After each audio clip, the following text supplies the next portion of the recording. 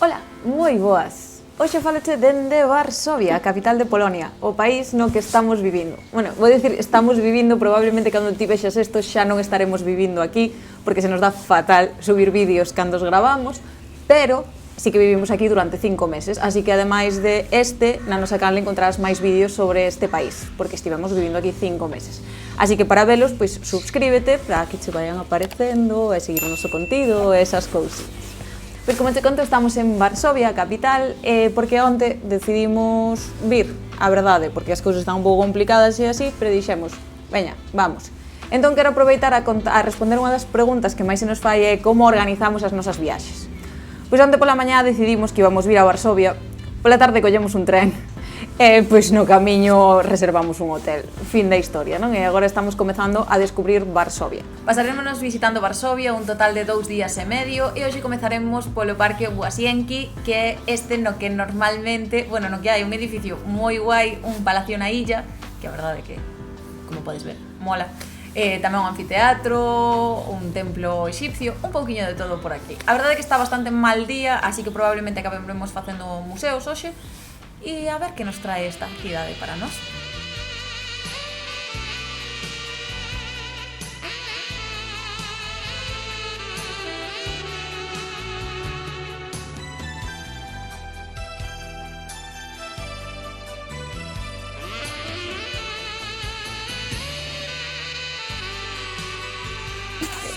En fin, pero que estás longe de mí. Eu sigo aquí, só a sentir.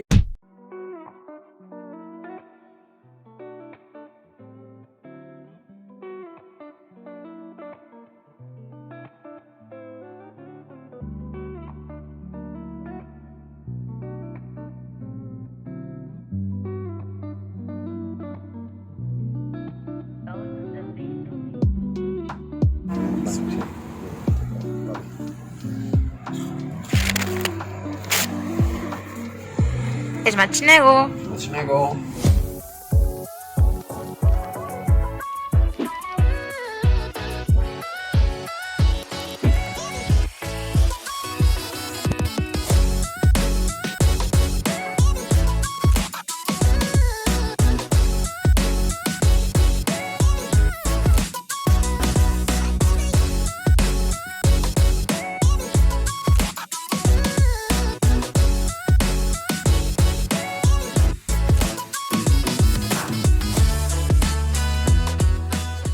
O día de hoxe dedicámoslo a facer tours pola cidade e a mañá foi para facer o tour da cidade bella de Varsovia.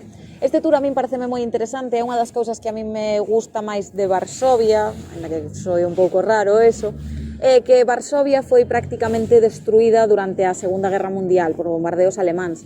Entón, a Varsovia que vemos agora, a pesar de ter estilos arquitectónicos e edificios que realmente se remonten a séculos atrás, realmente son edificios que non teñen máis de 70 anos, son edificios novos que foron reconstruídos. E isto é un pouquiño que significa Varsovia, a reconstrucción de algo que deixou de existir, un ave fénix resurdido das cenizas. Eu creo que isto é superimportante para entender a realidade desta cidade, de donde pois ninguén é realmente, agora sí, pero son primeiras xeracións ou segundas xeracións de cidadáns, xa que os avós de todos os varsovianos realmente veñen de outros puntos de Polonia ou incluso de outros puntos do planeta. E actualmente encontrámonos no Monumento do Alzamento de Varsovia, que foi unha data moi sinalada para esta cidade, cando os seus cidadáns decidiron rebelarse contra os alemáns, realmente alá por 1944. De todos modos, o alzamento, aínda que tiña moi boas ideas, non tivo apoio necesario, non tiñan os armas necesarias, eran moi rudimentarias, polo cal fracasou e deixou Varsovia pois, completamente desolada. E ao mesmo tempo, pois pouco despois entrou tamén o Exército Vermello e xa pois Varsovia se convertiu pasou de ser dun lado a estar no outro, sen poder ter realmente unha independencia real. Non imos entrar moito máis a explicar que é Varsovia ou que te podes encontrar por aquí, que para iso consideramos que tes que vir hasta aquí para descubrilo e facer un tour destes canto menos. Así que vamos a comer agora e despois iremos a ver o tour da historia xudea aquí na cidade, alá tamén por mediados do século pasado, que xa sabes que é un pouquiño a historia que máis nos atrae, que máis nos cautiva para aprender aquí en Polonia.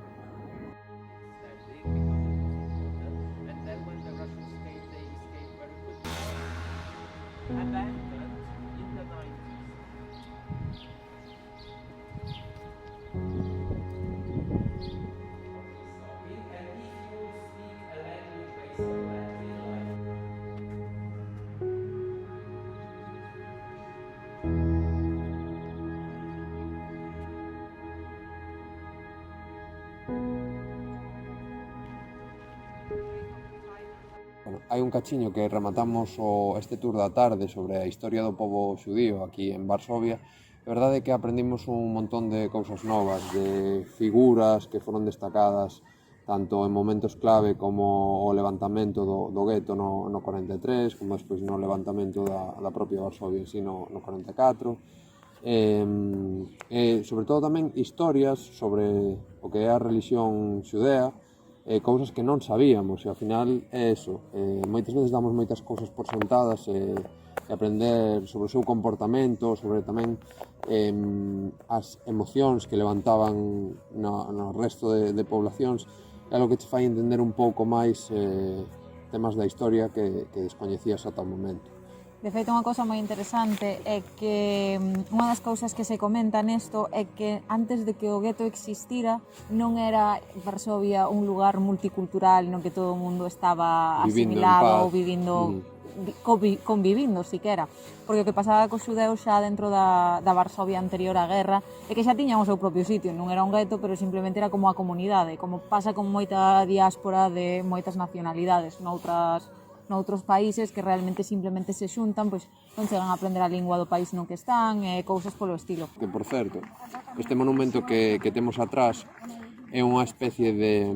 está inspirado no cuadro da liberdade guiando ao pobo, e é unha especie de recordatorio tamén do levantamento do gueto, dos seus protagonistas e demais. Está aquí situado enfrente do museo que xa che comentamos, do museo do pobo xudeo. O que iremos mañá.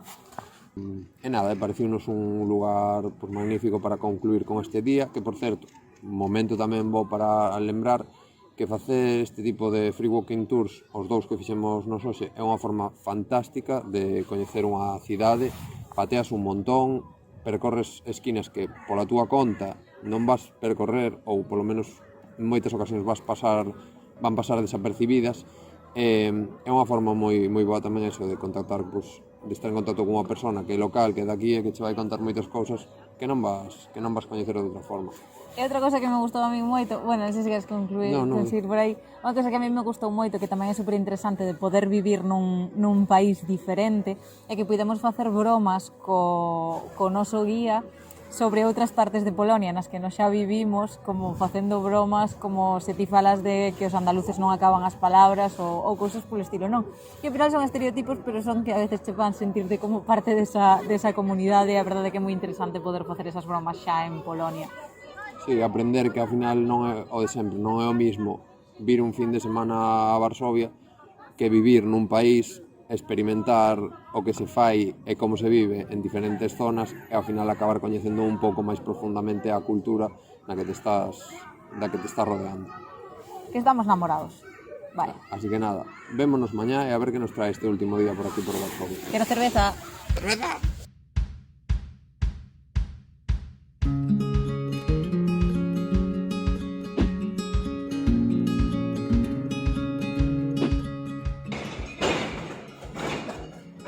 Non sei se ti o fas, pero nós normalmente sí, sempre levamos unha muda de roupa pois por se podemos ir á ópera, se imos cear a un sitio máis fancy ou algo polo estilo. Non é coña, o sea, sempre levamos, nunca utilizamos, pero sempre levamos algo. Este fin de semana para vir a Varsovia pois non fixemos, trouxemos unha mochila para os dous, ademais bueno, tampouco un mochiloncio. Trouxemos unha mochila para os dous con 4 cousas que levamos poñendo estes 4 días. Pois Adiviñade que nos acaban de ir tomar un café cunha senadora no Senado de Polonia. Pois sí, nós, con noso chubasquero, bueno, ocorriuse nos deixar a mochila, porque claro, xa deixamos o hotel, pedimos ao bar de enfrente que nos quedara con mochila de camping, porque non nos parecía moi ético entrar así no Senado. Pero sí, iso acaba de pasar. Tivemos a sorte de poder entrar no Senado porque temos enchufe, así de claro, porque xa non se pode facer. De feito, para facer esta foto que teño co cartel da entrada, non o podes facer, porque tens que pasar un par de controles de gardas, que se non tes o teu nome e apelidos na lista para poder entrar, ni siquiera poderías facer esta cutre foto turística. Así que a verdade é que estamos moi contentos, moi felices, eu especialmente, que estamos moi contentos e moi felices de poder seguir pois debatindo estas cousas e ao final pois é un honor polos contactos ou pola sorte da vida que temos poder facelo cunha senadora que realmente está intentando facer o cambio aquí en Polonia desde que che falamos tantas veces. Por isto é unha das cousas que creemos que hai que seguir tendo fe tanto na política como na poboación en xeral.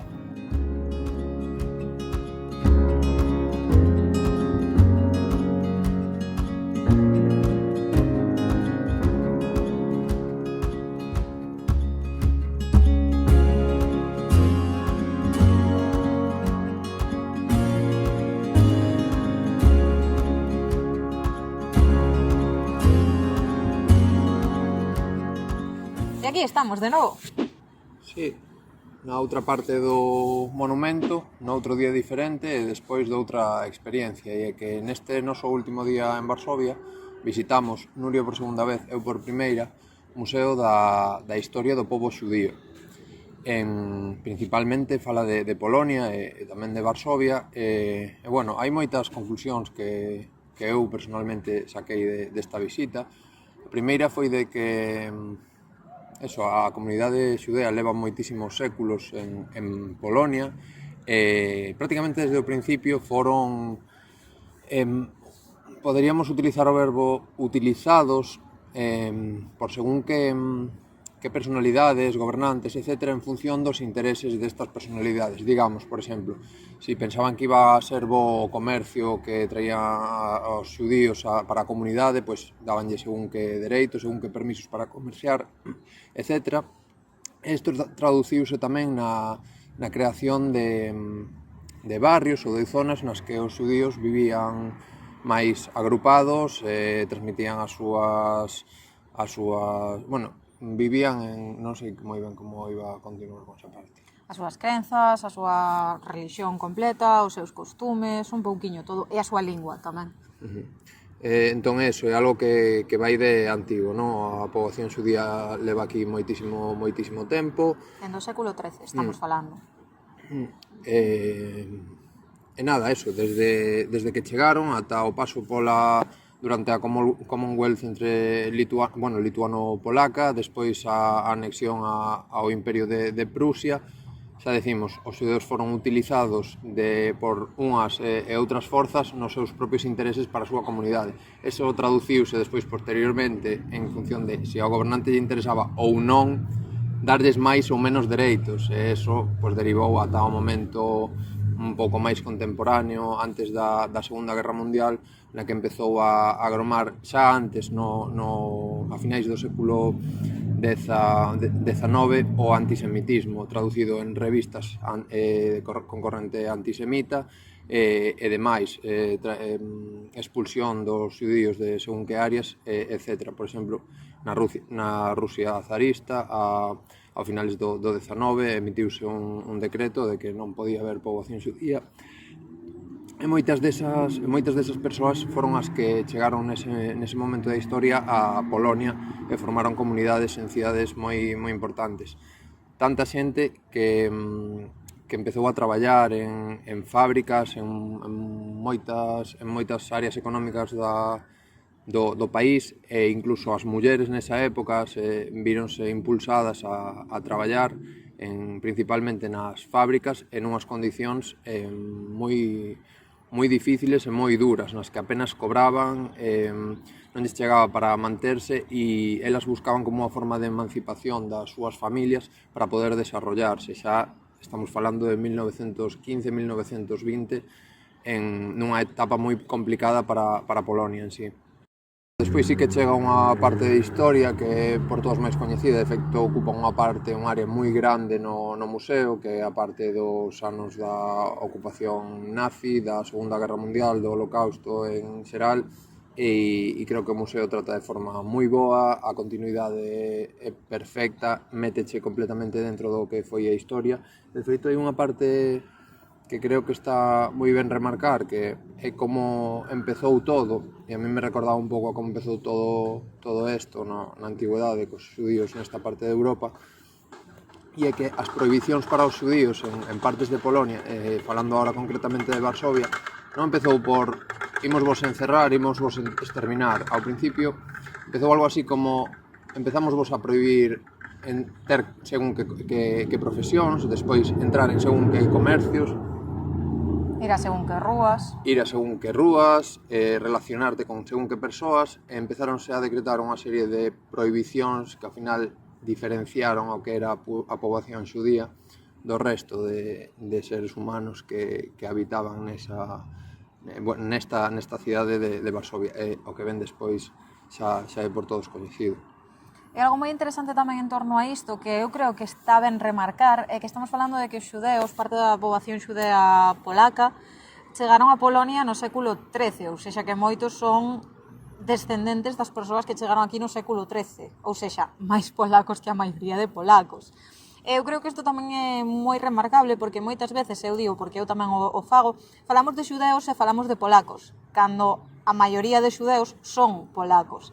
O seja, profesan unha religión que non é a do Estado, xa que aquí a xente, o sea, o Estado ou maioritariamente a poboación é católica, e os xudeus sempre foron unha minoría, pero foron unha minoría polaca. Entón aquí tamén encontramos debates incluso dentro do propio xudaísmo. Por exemplo, comentaba un poeta que el considerase polaco e xudeo, pero para os antisemitas é xudeo e para os xudeus é un traidor. Entón, aí é moi interesante como incluso os propios xudeus se veían dados a espaldas tanto con como se identificaban, se asimilaban cos polacos, como se decidían ser ortodoxos. Ou seja, que era moi complexo. Ostras, me escupitajo, acabo de lanzar. Era moi complexo a todos os niveis. E de feito foi desde o principio, porque de feito hai textos incluso no século XIII no que se decreta que os xudeus teñen os mesmos dereitos que calquera outra persoa. E despois vemos como se lle quitan, como estaba comentando Sergio, non se lle quitan, se lle volven a dar e demais, ata que chegamos a día de hoxe que pois estamos falando dunha igualdade, dunha democracia bastante democrática. Que eso é outra parte que a mí me gustaría tamén remarcar, non? E era unha idea que eu xa tiña, obviamente, antes de vir aquí, de ver según que testimonios, según que probas un pouco vivintes do que foi todo isto, de como despois de isto que acabamos de presenciar no museo, de toda esta historia, como é posible que despois as persoas que crearon ou decidiron crear o Estado de Israel, unha vez que se marcharon de moitas zonas do mundo, están cometendo ao final unha sorte de apartheid no territorio dunha poboación que xa vivía aí, que xa tiña a súa vida, que tiña as súas costumbres, que tiña o seu comercio, que tiña os seus dereitos como comunidade para sí, de autodeterminación e demais. Entón, é moi difícil chegar a comprender como, según que élites da sociedade, neste caso sionista, foron capaces ou continúan sendo capaces de levar a outra poboación, neste caso aos palestinos, ao esquecemento, intentar facerlles algo que eles como comunidade, non eles actualmente, eles como comunidade sufriron non só durante o Holocausto, sino desde hai tantísimos séculos, desde durante toda a historia en tantísimas partes do mundo. Entón é unha reflexión que creo que contra o final desta experiencia, en concreto a de hoxe, está ben que, ou para min en concreto, está ben facer e dá que pensar, e dá moito que pensar. E outra cousa da que tamén me gustaría falar é da frase de que a educación é poder, eu estou completamente convencida diso, e tamén me fixo moita ilusión entrar nunha aula dentro do museo e ver unha mariola, ver gorros e barquiños feitos con papel de xornais e demais, porque ao final deixanos ver que os nenos, ao final, somos non só os nenos, senón os seres humanos somos todos tan parecidos ao marxe das religións, e canto máis aprendo de culturas e demais, e aprendo sobre as diferencias, que son moitas, e son unha pasada, no básico somos tan iguais e ao final buscamos tanto o mesmo que impresiona. E impresiona tamén esa necesidade que tivemos históricamente, especialmente coas religións, pero con calquera outra cousa que nos fixera distinguir un grupo sobre o resto, de intentar buscar diferencias, cando no fondo somos moitísimo máis iguais. E eu creo que ata que non entendamos o iguais que somos e o moito que nos temos que axudar os uns aos outros, non seremos capaces de continuar avanzando. Eu creo que é un dos grandes retos que temos no mundo actual, e creo que temos a intelixencia e a información suficiente para ser capaces de dar ese paso, e entender que todos somos iguais, temos diferencias, está ben, e temos que aprender a abrazalas tamén. E que mellor xeito de concluir este fin de semana tan intenso con estas reflexións para que tamén se lle dea unha volta e nos comentarios tamén nos podan decir que opinan de todo este tema histórico-político que ao final dá para libros, que é o que hai, no? Miles e miles de páxinas escritas. Así que nada, esperamos que este vídeo, este fin de semana que pasaches con nós, che resultara ameno e tamén útil, unha forma de aprender esta historia e reflexionar, que é moi importante sempre este sentido crítico. E nada, fainolo saber, permanece pendente para o resto de vídeos que poidan aparecer por aquí. Subscríbete para iso, se aínda non o fixeches, xa sabes que podes seguirnos en calquera das nosas redes sociais ou en todas. E vémonos no seguinte vídeo.